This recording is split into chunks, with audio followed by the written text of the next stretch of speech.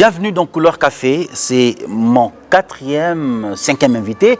Il s'agit bien d'Enoch Kiyombo, réalisateur, acteur, cinéaste, qui accepte aussi de prendre part à cette activité consacrée à la promotion d'une marque de café au goût inclassable. J'ai bien cité le café La Quinoise de Madame Tissia Mukuna. Enoch, bonjour. Bonjour. C'est un grand plaisir de te recevoir sur mon plateau. Autant pour moi. Comment te sens-tu?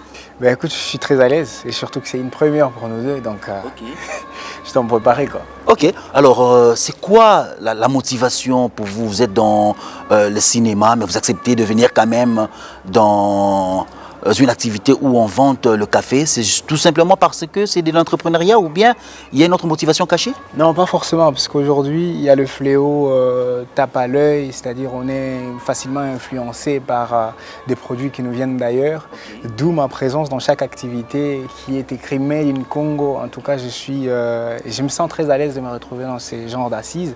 Donc je suis venu non pas seulement pour l'entrepreneuriat, mais parce que c'est un digne fils du pays qui a fait quelque chose et que l'on doit promouvoir et accompagner, d'où ma présence. Et alors votre compagnon, vous pensez le consacrer comment, votre accompagnement à ces cafés ici?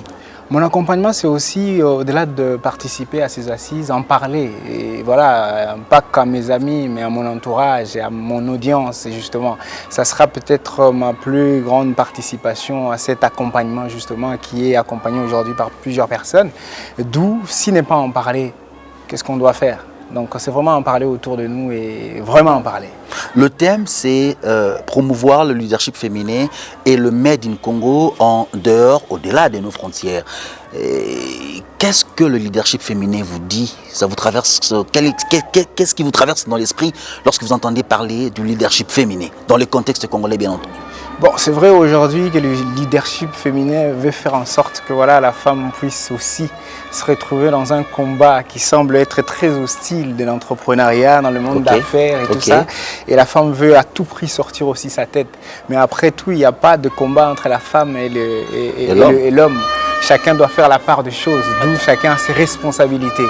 Mais puisqu'il s'agit de la promotion du leadership féminin, mais ben, écoute, cette femme-là, qu'elle ne soit pas juste cette femme entrepreneur qui s'adonne à du tape à l'œil, qui est vraiment un travail au fond ou dans le fond, justement pour accompagner ou ne serait-ce que pour soutenir ce combat que la femme se veut aujourd'hui être sur la grande tribune, se partager la victoire entre qui mérite quoi avec l'homme. C'est une marque de considération, il faut le dire, pour vous de prendre part à cette activité.